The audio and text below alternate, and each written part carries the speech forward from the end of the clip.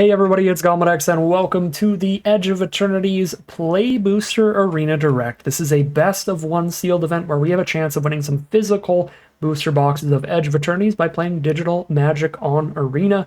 We play in pretty much all these Arena Directs that I've got the time to record for you all. It is just nice to play some high stakes, competitive, limited on Magic. I would prefer if we got to do some draft Arena Directs, but alas, they are almost always some sealed stuff. So best of one sealed is going to be the event of the day. It is 6,000 gems to enter, and you need to get at least 6 wins before only 2 losses to leave with some physical cards. So a very high stakes, very high variance, but very high reward event if you can get there.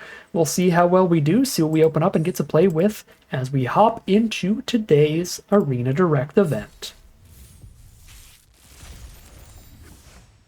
Alright, well, a 0-point ballot is a very absurd rare, a board wipe that could be one-sided depending on what you have on the board, and if you spend at least 7 mana on it total, you get to reanimate the best creature from a graveyard to your battlefield. So that's obviously insane. The Starwinder's quite fun, and it is very powerful if you get like a single big attack in with it the turn you play it. You can draw 4 or 5 cards off some random green beefy creature. That's really nice. The Synthesizer Lab Ship, pretty nasty in artifact-heavy decks. The Saboteur is super big for its mana cost, and the ward of making your opponent 2-for-1 themselves by discarding a card is also quite powerful. It's a lot of strong rares here. There's not a ton of rares, but I don't think any of these rares are unplayable except Endless Sands. And yeah, they're all at least decent. Some of them are very, very strong. Nice sealed pool in terms of rare quality.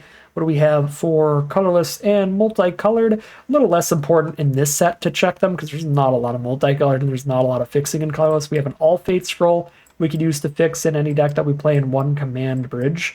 As for Lander token production, if it comes to it, we have 2 Galactic Wayfarer and a Terrapax Intimidator and a Sunstar Expansionist. Okay, the double Wayfarer is actually very exciting. So green's got some really nice fixing.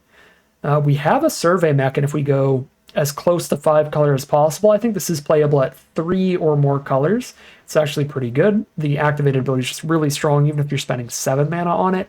Deal 3, draw 3, gain 3 is a very good deal. You can kill a small creature with it, draw 3 cards. That is a 4-for-1 right there, plus get a little bit of life gain at the same time. So I do like Survey Mech in 3 or 4 color decks, and obviously for 3 or 4 colors you can play the Scroll as well, so that's interesting. I'll keep the Scroll and the Mechan in mind mostly out of the colorless stuff. For multicolored, there's an Interceptor Mechan, Ship's Engineer, and that's it. 1 red-white card, 1 red-black card, so those color pairs are slightly more representative than everything else, but overall, not to the point where I can't just play a few of the best colors here. So white immediately looks like it has quite the chance of being one of the best colors. We have triple Banishing Light for excellent removal in this color. The Radiant Strike is decent removal as well. The All Fate Stalker is quite good. There's a lot of interaction out of white and a decent curve. We've got a couple solid 2-drops, a couple solid 3-drops. We've got a 4 mana play, a 5 mana play, the Reclaimer. If we have any surveilling going on, or if our opponent blows up any of our Banishing Lights, we could reanimate one of those from the grave, and that'll be really powerful. So that's pretty cool. If we pair this with a secondary color that has a lot of Spacecraft, those are non-creature, non-land permanents that can end up in the grave a little more easily, because once we station them, they'll just trade off like a creature. So something like Wedgelight Rammer could get reanimated off of us hardcasting the Reclaimer. The boosters could get reanimated off of us hardcasting the Reclaimer. White looks very, very reasonable. Triple Banishing Light has me all kinds of interested in this color. Checking out the blue now. We've got a lot of top end here. Double Freighter, Mechanozoa, Starwinder, a couple Starbreach Whales. We've got Codecracker Hound for very good value, especially with that warp ability. Galeblade's a solid 1-drop, and we have that Synthesizer Lab Ship that can be quite scary. Cryogen Relic's a good value play as well. I don't like Microsizer or Scour for scrap much, but there's also Lost in Space that's pretty decent. So not a lot of interaction, not a lot of spells out of blue here, but a lot of good creatures. They're a little disparate on the mana curve. 1-drops, 3-drops, and then like 6-drops. But it looks like a reasonable support color for something that's got a good curve throughout like our white does. Some kind of blue-white deck could be interesting. Yeah, not a bad color at all. Checking out black, we've got that Virus Beetle. That's a great 2-for-1. The 0-point Ballad for a full-on board wipe. The Saboteur, to get in super quickly. Saboteur also great with any spacecraft, being a 4 power towards stationing them. Then we have just a mass of filler creatures. Swarm Colors, Skittermaw, Comet Crawler, and Grabblade Heavy are all just kind of bad filler. We can run them just to play black, which we might because we have 0-point Ballad and Sunset Saboteur. But I'm certainly disappointed by the core of this color because we have like 2 excellent cards, one that's quite solid, and then like no removal and a bunch of pretty bad creatures. I mean, Voidforge Titan's right in between the bad stuff and the great stuff. Yeah, black could be so insane if we just had a Grav Killer 2, or just like slightly better creatures, maybe that 2 mana 3/2 that can sack something to Surveil. But instead, it's actually, despite how powerful the strongest cards are in this color, it's actually somewhat average for black because of just how bad the bad cards in the color are, how filler most of it is. Checking out our red now. Red's got a high quantity of stuff. Not a lot of removal once again, just that one pain for all, but a great curve of creatures. Yeah, red looks fine, perfectly fine. There's not like a huge reason to play this color, but there's nothing massively detracting from it. Yeah, solid stuff from red. What about green? Double Wayfarer, triple Botanist. We have a Diplomatic Relations for removal. Use Social Engineering, could be a million creatures off that one spell. Strong creatures higher up on the curve with double Ice Cave Crasher. I think this is a great Tapestry Warden deck. It's probably like this kind of mana curve. I really don't hate this. This is just great at curving out and slamming beef onto the board. Just pushing damage. I feel like that would pair really well with our white out of everything we've seen. Probably the best at pairing with our white. And this also gives us access to our strongest black spell with the Lander tokens. Technically, Saboteur is a little bit stronger if you have like a really good aggressive deck. But our black creatures are so bad, I don't think it's worth running black as a core color to get Saboteur in here and try to play hyper aggro Saboteur. I think it's easier to just like splash in the second best black spell and go like green white splash and 0-point Ballad, which could still be quite good. Yeah, I'm into it. We get to play the Survey mech in there as well at that point. Yeah, let's go for it. I'm feeling it. Tons of interaction. Out of the white, great curve of creatures with the green and white paired up. Decent amount of fixing to easily get this full-on board wipe into the deck. That could single-handedly win a game. Only need to cut 5 cards. Drop the boosters. Probably some 4s, it looks like.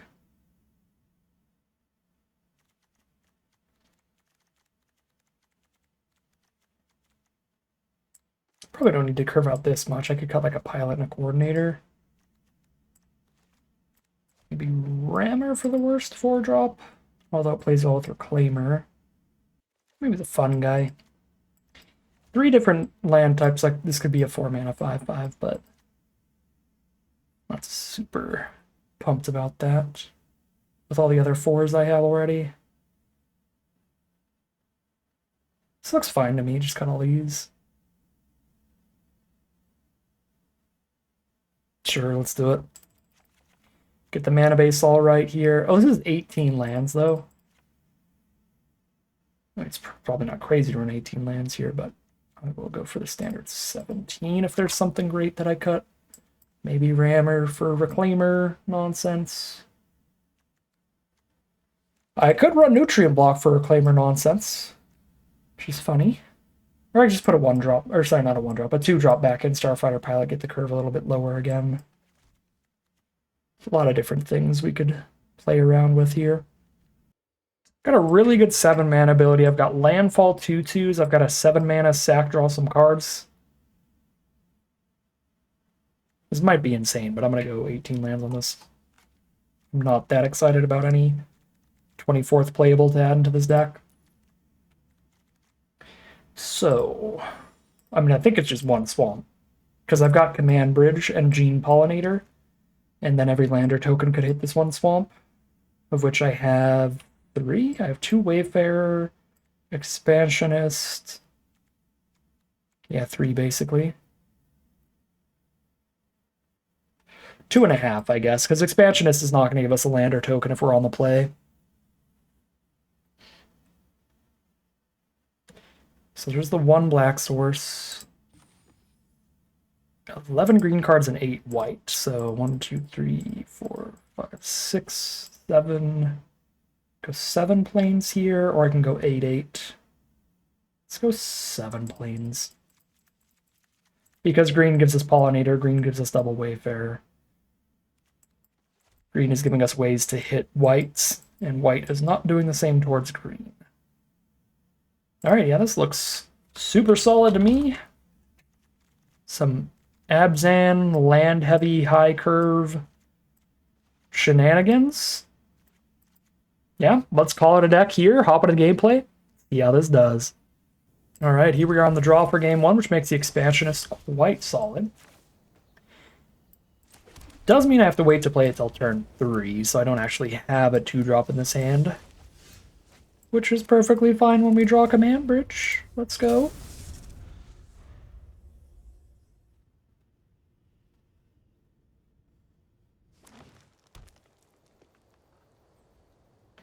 I kind of want to play Wayfarer on 3. The only issue with that is then now we need our opponent to hit a 4th land by turn 4. But if they do, okay, they've got Wayfarer at worst. If they do, then I could actually play Expansionist and Crack-a-Lander on turn 4 and be mana efficient 2 turns in a row, which is great. I could also just play Scroll for now. Really just sit here setting up mana.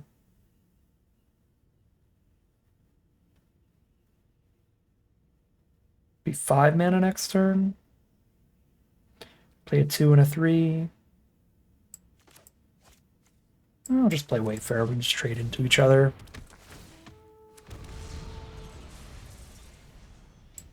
I don't have anything crazy to ramp into. It would just help me double spell more easily, and I'm already at a point where I can double spell pretty easily. The immediate Wombo combo with Terra Symbiosis. Pretty lucky stuff from our opponent.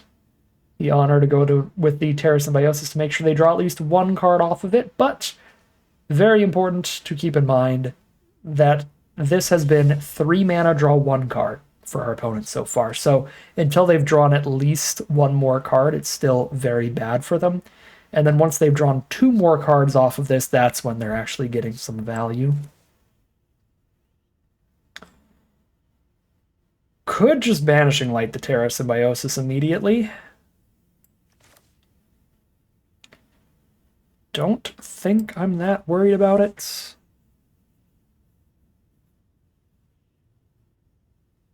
They are green-white, which is like the +1/+1 counter color pair. It's the biggest issue. Yeah, I guess I will stop that before they draw into like the 2/2 that puts a counter on itself every turn. Something like that. If we can survive for a long time, our Survey Mechan and all Fate Scroll are having a wonderful time this game.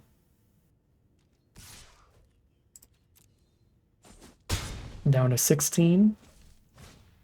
There's Lightsmith, which puts a counter on itself and draws a card potentially every turn. They have a single green mana up. There's no 1 green mana instant that I can think of. Could be wrong here. But I believe they can't stop me from just killing that, and I need to kill that before they draw any cards off of it if I can. So boop, there we go.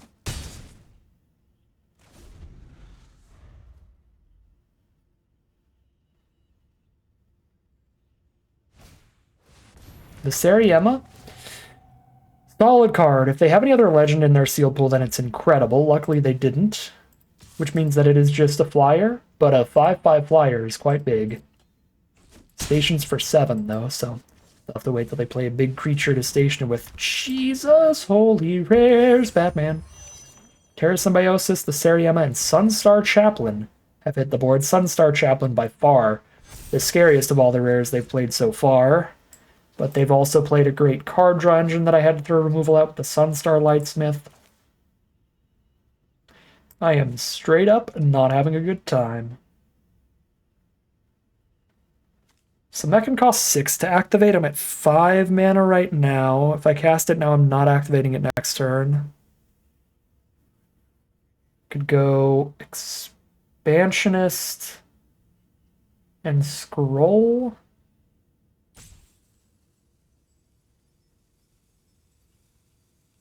One mana left I don't get to do anything with. Oh, this can just keep tapping my blockers. Ooh, Sunstar Chaplain is a bad, bad time.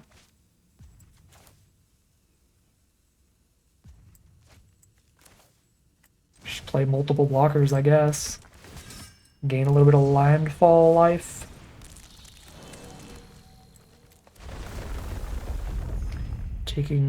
Essentially I'm taking 5 a turn right now, right? Because they're not going to send Chaplain itself in.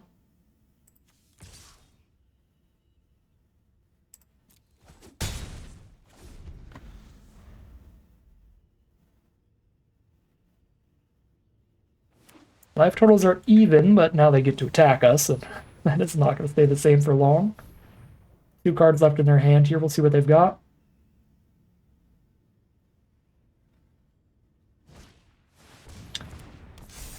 Stop playing incredible rares, opponent, please.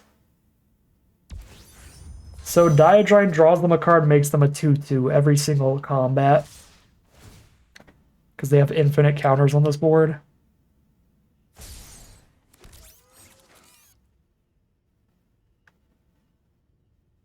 It was already going to be like a slightly uphill battle, like difficult game against Chaplain, Seriema, Terra Symbiosis. But they top it off with a Diadrine, and I'm pretty sure we can just scoop now. Unreal.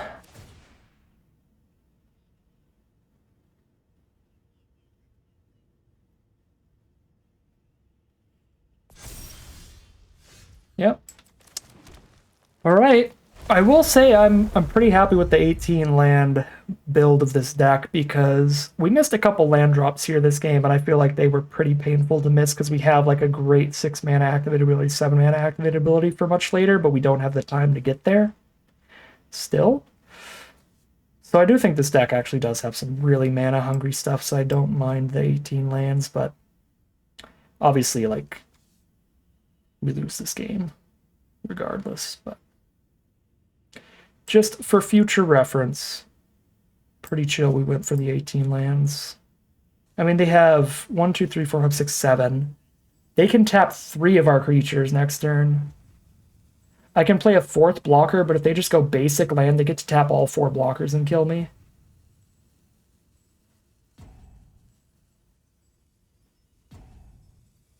There's like literally no shot if they just play it outright. So we have to hope that they monumentally punt or something. Might as well.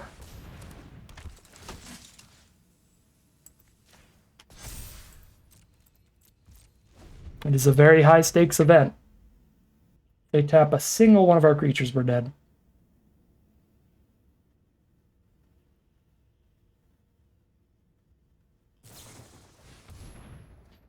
Still had all these works too.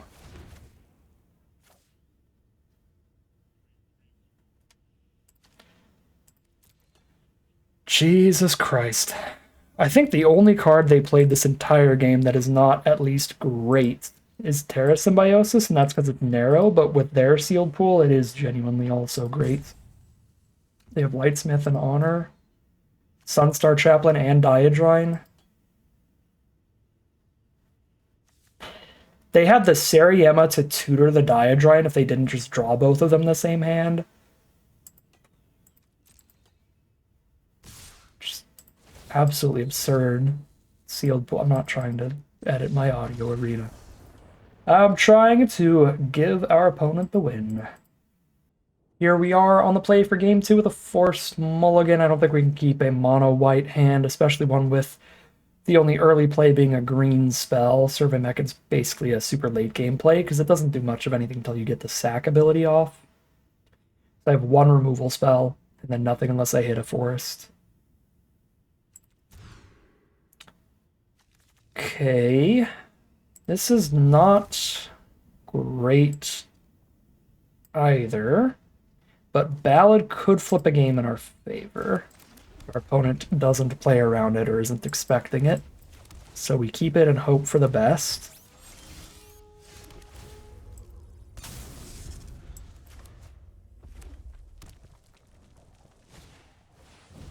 Mono red from our opponent so far. They are currently flooding the board quite quickly, which could help Ballad be quite powerful. And then the Mechan to get us ahead in cards after the dust settles. I mean, I guess the Ballad as a board wipe already puts us ahead in cards, because we're probably blowing up like 4 of their cards and only 1 of our own on average.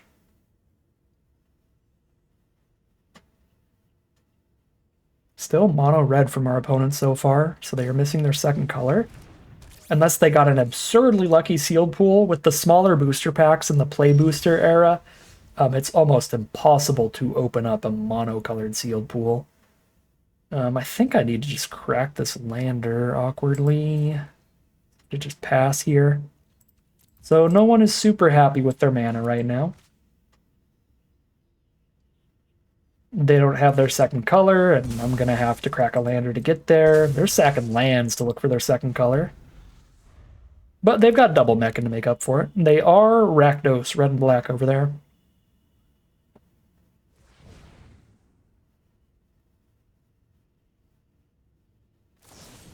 Bombard the Wayfarer to get in for damage, fair enough. They're not really getting in for that much damage, although the Hilderblade helps them out. Hilderblade is also resilient to the board wipe, making sure they keep some power on the board through it. They already triggered Void for it, so I don't really care. Let's just get our forest.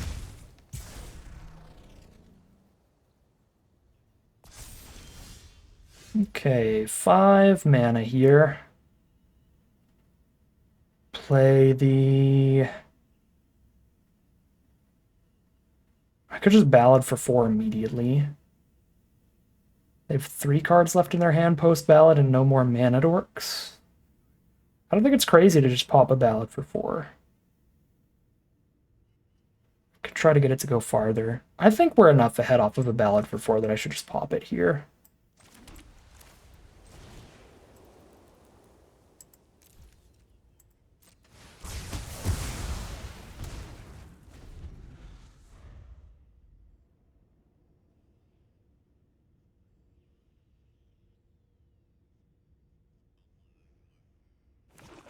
Land for turn. Then a little 2/2 menace, Skittermaw shows up. Mechan can blow that up soon, but not immediately. A little bit of life gain from Terra Botanist, then a little bit of life gain off of the Survey Mechan soon enough. Another land.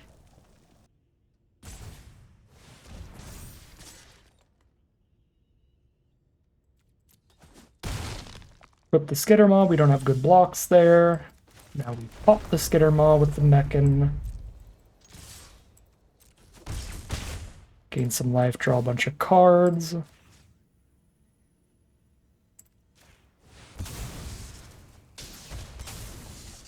Draw Banishing Light, beautiful one. Reclaimer does not have any targets right now. Opponent draws a couple cards themselves. Then an Umbral Color Zealots.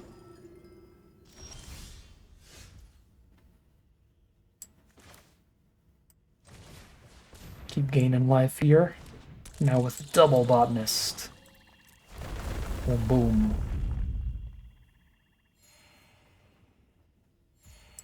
I'm fine with the Zealot trade, and if it doesn't happen, I have the Zealot trade with the other Terra Botanist on blocks. Here's the Crasher. Saving the Reclaimer for a rainy day. Crasher is still plenty of pressure.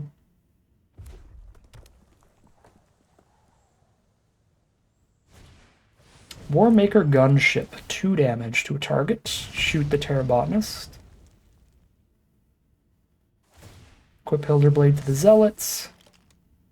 And just station that gunship. Have a 4/3 flyer, sure. 4, 5, 6, 7, 8 damage on our board. Not lethal yet, but quite powerful. We're at 17 life. facing 6 damage on the crackback.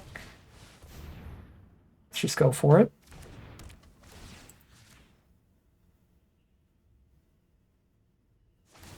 Sack the gunship in response. So they get a surveil out of this. They kept on top. All of my creatures are even mana values, so if they have the steal all evens, destroy all odds, I'm just dead. But it doesn't matter, even if I play Reclaimer, I'm just dead to that. Because they still just destroy my 1 blocker and steal the other 3 and hit me with them. There's literally no way to play around that. So if they have that, they have it. I guess I should play around them having, like, put a Grav Kill on top. Yeah, because they're in a position where even a Grav Kill is good enough. They have to keep it on top instead of surveilling. Because then they Grav Kill the Crasher, and I have 2 2/3s that can't get through the 6/3. And I no longer am trying to hit them for lethal. But now if they put a Grav Kill on top, Reclaimer wins this game. Yeah, I gotta jam it down. So I can beat a Grav Killer or an Orbital Plunge or something. If I don't jam this down now, sure, I'm playing around a board wipe, but then I'm playing much worse if they just put removal on top of their deck. I'm missing out on lethal next turn by not playing it now. Alright. There's a concession from our opponent. That is 1-1. Get at least 1 win as we head into game number 3. Very nice opening hand for game number 3. Bunch of ramp towards a 0-point ballad to flip the game in our favor again. Let's go Wayfarer on 3, so I've got a blocker on the board as soon as possible, and then on turn 4 I can play the scroll and crack the lander in the same turn. So weapons manufacturing from our opponent, which really doesn't matter unless they play consistent ways to sack their artifact. The best one to work with it is the Scrapper. It's a 1-mana 1/2 artifact creature that spends 2 to sack an artifact. The Comet Crawler is scary enough with the manufacturing, because now if they just play an artifact next turn, they attack, sack it, and deal 2 to whatever they want. Although that 2 damage isn't going to kill Wayfarer, but it is going to deal 6 to me, because they're attacking with a 4/3 lifelinker and 2 to the face. So that is still pretty concerning. Although I suppose I have the block, right? If they go, like, play an artifact, attack, sack the thing, I'll take 2 and I'll trade into Comet Crawler. Yeah, it's not the end of the world. We'll keep playing towards our mana for now. Save these removal spells for post-ballad.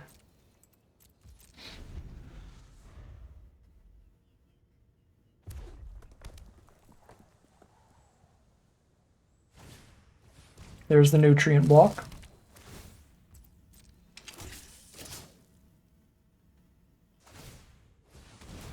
Draw a card, gain a few life.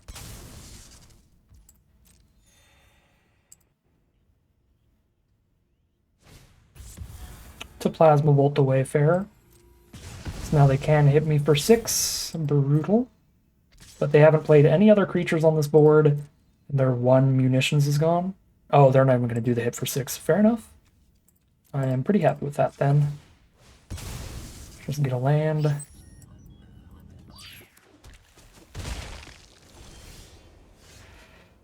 Didn't really want to draw another land here. I was hoping for like a mid-level threat that I could play out here into the board wipe and not really care. But playing Stalker into the board wipe is super bad. Because then they just get the Comet Crawler back once a 0-point ballad. I have to just go land pass, and that's just super suspicious. I'm 1 mana off from cracking the scroll. If I had the mana to just crack the scroll and draw some cards there, that would be 100% the play.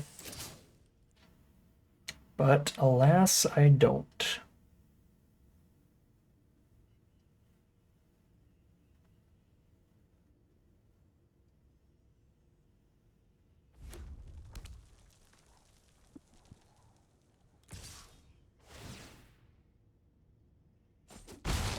Still no hit for 6, not putting me under a ton of pressure here.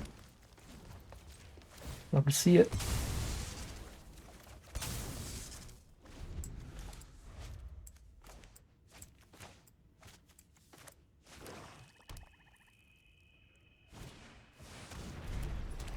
Oh, good! A non-creature win condition. That is just not beatable if you can't specifically blow that up, and I can't specifically blow that up. that'll do it. You only have 2 losses in these arena directs, and without artifact-based removal to kill the hive pool, we lose. We have 3 Banishing Light in this deck, but we haven't drawn any of them this game. 3 Banishing Light and 1 Radiant Strike. So we have 4 outs we can draw into. We're running basically everything in the pool that could deal with that. So how do we buy as much time as possible to draw into one of those? Terra Botanist first, then play a land to gain 1. Then, when they go to kill the Terra Botanist, respond by Diplomatic Relationsing the Comet Crawler. That way I keep a 2/3 blocker against the 1/1 double strikers. To stop some of that damage while gaining life every turn off every land play. Not so much for that. But now I can Circuit Feeder off of 0-Point Ballad. I'd have to spend a bunch of life for it, but it's a thing I can do. Stop a tiny bit of damage here. Oh, they're going to actually give a double striker. What does it feel like in Magical Christmas Land? I want to know. Like, we're going to attack with a 8-power double striker and hit for 16 if I didn't have interaction there.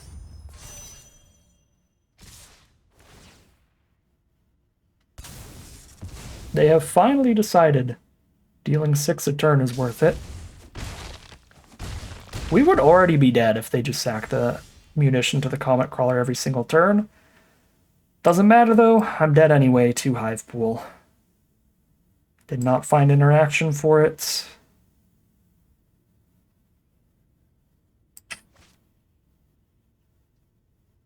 I was talking about like reanimating Circuit Feeder off a Ballad to kill another Sliver, but if this triggers on the enter, there'll be no creatures left when it enters anyway. Alright, well. Yeah, I'm dead. I have to shoot myself for 4. If I didn't... Okay, I haven't played my land yet, so I could like shoot myself for 4, then Warp Engineering and play this and have a blocker up. But 1 blocker is not enough for both Hive Pool Slivers, and I'll be at 1 life. There's no way to not die. Alright. Got bombed out heavily today, but that is a huge part of Magic, particularly a huge part of Sealed, especially best of 1 Sealed. Our losses were the Hive Pool, without drawing any of our 4 pieces of interaction for it. And then our first loss, our opponent had like 4 rares. 3 of them were like +1/+1 counter-themed synergistic spells. They had the Sunstar Chaplain and the Diadrine for like the 2 really, really powerful +1/+1 counter rares. And then also Terra Symbiosis for the card draw engine. I don't hate how we built this deck. I think this is a pretty strong build, but we just ran into incredible rares that we did not quite have access to. We have access to a 0-Point Ballad. That's probably the strongest rare in the Sealed pool in terms of just blanket power level. But the Saboteur for trying to like out aggro people, if you get a good curve out with Saboteur, that's probably the strongest one. But I think we had a much better splashy, board wipey, grindy deck than we had a good aggro deck with Saboteur. And I think even our good aggro deck certainly loses those 2 rounds that we lost there. Just immense card quality from those 2 opponents. That is best of 1 Sealed for you, baby. Start off this Arena Direct with no prize out in the first run. Pretty big bummer there, but that means more videos for you all. We're going to play this until we get at least 1 Play Booster box, like usual. So we'll have plenty more Sealed in the future. And because the Arena Direct went down because there was some glitch or bug, I did get to play a qualifier play-in yesterday, and I was in the money out of that one. So that'll balance things out a little bit. We earned the entry fee for this yesterday in the qualifier play-in, basically. So still plenty of gems to go around for some future runs of the Edge of Eternities Arena Direct. But that is going to end today's video. As always, I'd like to thank my patrons and YouTube members for their support, as well as you for watching the video. If you enjoyed it and you're interested in seeing some more, you can always like, comment, and subscribe. Tell the YouTube algorithm to send some more in your recommended feed. If you'd like to catch me live, you can check out the Twitch channel in the link in the description below. And if you'd like to support the channel directly, you can check out the Patreon link in the description below. But other than that, as always, thank you very much for watching, and I'll see you again soon for some more Magic Arena.